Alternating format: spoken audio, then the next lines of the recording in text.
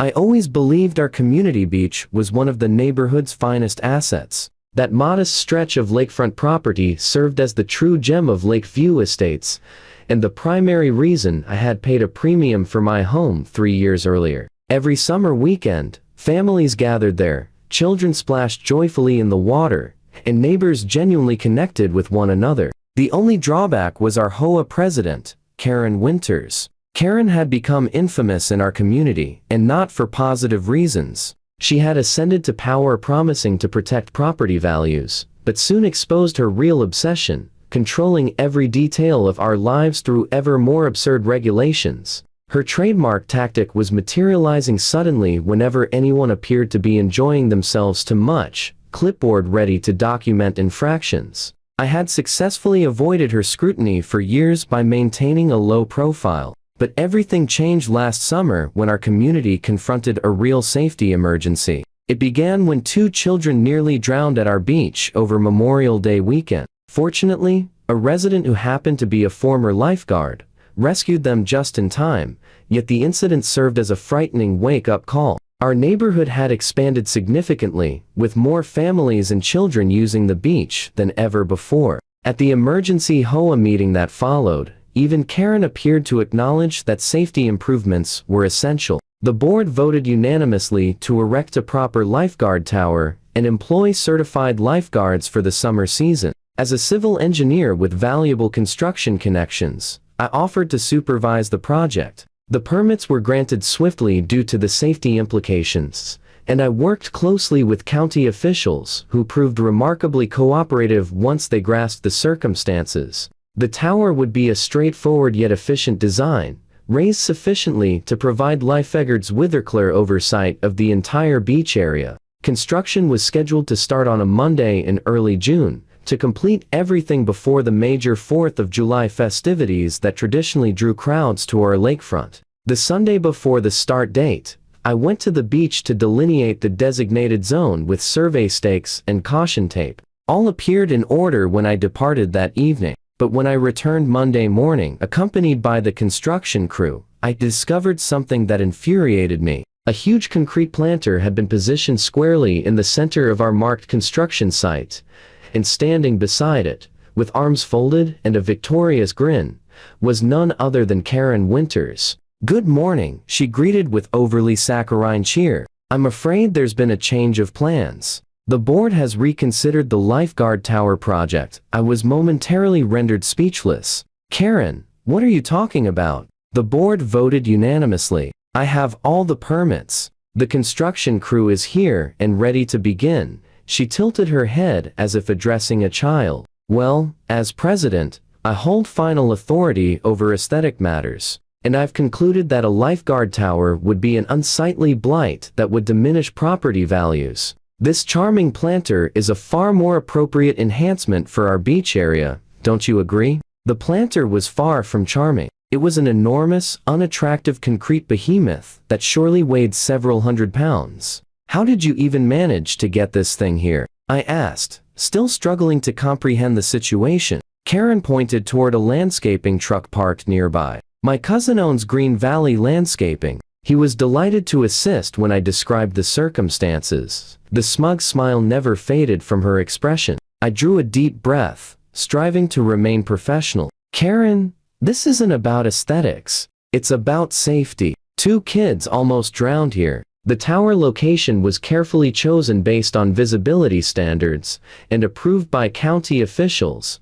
She dismissed my words with a wave of her hand. "Those children shouldn't have been swimming without supervision to begin with. Their parents should exercise greater responsibility. Besides, I've decided we'll redirect the funds toward installing security cameras instead. Much more practical for preserving order." At that moment, the construction foreman approached, visibly puzzled about whether to proceed. The crew was already on the clock, and any delays would incur costs. I requested a few minutes from him and turned back to Karen. "You can't unilaterally overturn a board decision," I stated calmly, "and we already possess the permits and approvals. Removing that planter and continuing with construction is the only lawful course here."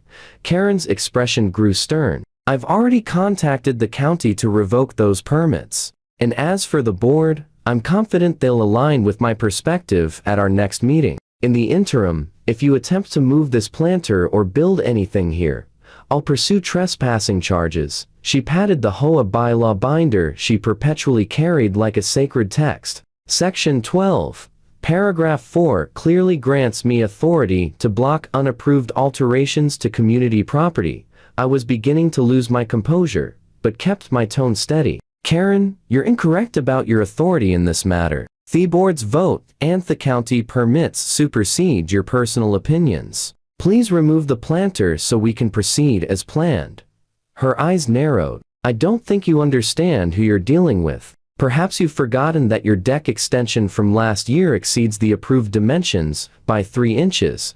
She smiled coldly. "It would be unfortunate if the HOA had to enforce measures requiring you to demolish it." And there it was, the threat. Classic Karen. I shouldn't have been surprised, but it still caught me off guard. She'd evidently been holding this leverage in reserve. She probably maintained dossiers on every resident containing potential violations to deploy as needed. I resolved to attempt one final reasonable appeal. "Karen, this isn't about me or you or me. It's about the safety of children in our community. The Lifeguard tower could literally save lives. Is that truly worth sacrificing for whatever point you're trying to prove?" For a brief instant, I thought I detected a flicker of doubt in her expression, but it vanished almost immediately. "The decision has been made," she stated firmly. "The planter stays.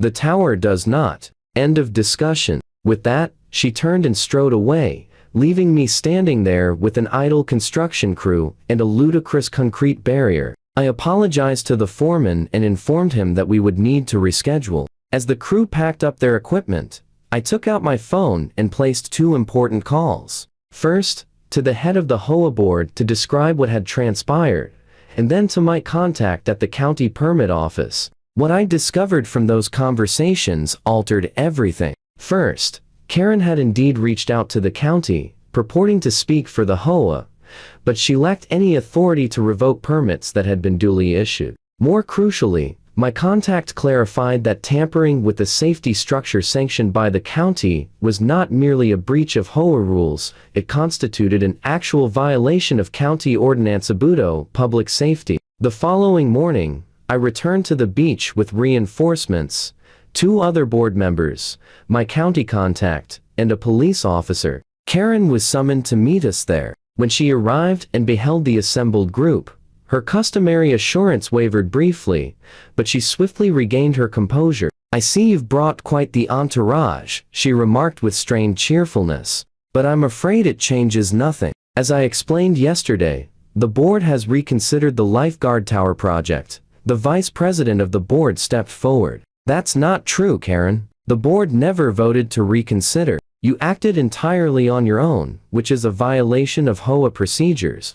Karen's face flushed with anger. "As president, I have executive authority in matters of community aesthetics. If you'd bothered to read the bylaws," the county official interrupted her. "Miss Winters, I'm afraid this transcends HOA bylaws. You've illegally interfered with the county-approved safety installation. That planter must be removed immediately, and construction of the Lifeguard tower must proceed as planned." Karen appeared genuinely shocked. "Illegal? That's absurd. This is private community property, which is still subject to county safety regulations," the official explained patiently, "especially when it comes to water safety installations. The permit was issued after determining there was a demonstrated need for improved safety measures following multiple near-drowning incidents." Karen turned to the police officer, clearly expecting him to support her. "Officer, these people are threatening to trespass on community property. As HOA president,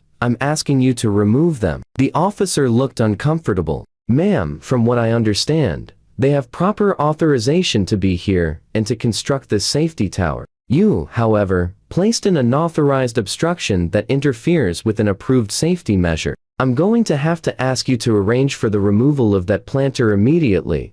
Karen's face shifted from red to purple. "This is outrageous. I'm protecting our property values. That tower will be an eyesore, visible from half the community." "Miss Winters," the officer continued, his patience clearly wearing thin, You have two options. You can arrange to have the planter removed now, or you can be cited for obstruction of a public safety installation, which is a serious offense. For a moment, I thought Karen might actually relent. But then, in a move that left us all stunned, she pulled out her phone and began recording. "I am documenting this abuse of power," she announced loudly. "You have no right to threaten me. I know my rights, and I know the law. That tower is not being built today or any day." Then, in a bizarre escalation, Karen actually positioned herself in front of the planter, arms spread wide as if physically shielding it. "You'll have to physically remove me if you want to touch this planter," she declared dramatically.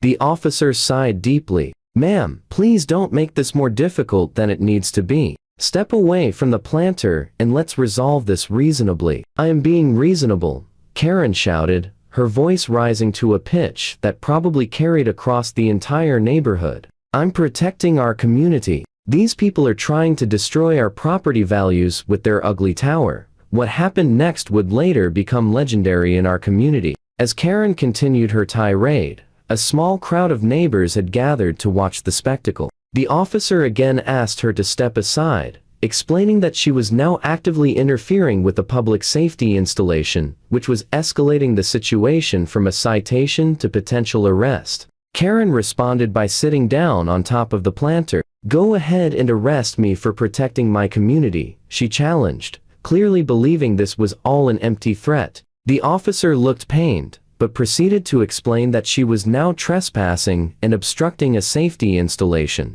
When Karen still refused to move, he finally did exactly what she had dared him to do. He placed her under arrest. The shock on Karen's face as she was carefully helped off the planter, handcuffed, and led to the police car was something I'll never forget. She kept repeating, "This is a mistake. I'm the HOA president," as if the title granted her immunity from the law. After Karen was taken away, her cousin's landscaping company was contacted to remove the planter, and construction on the Lifeguard tower finally began. The tower was completed just in time for the 4th of July weekend, and it blended in beautifully with the surroundings, hardly the eyesore Karen had prophesied. As for Karen, she was charged with obstruction of a public safety installation and resisting an officer. At her court hearing, the judge was not sympathetic to her explanation that she was just protecting property values. She was sentenced to 100 hours of community service, fined $5,000,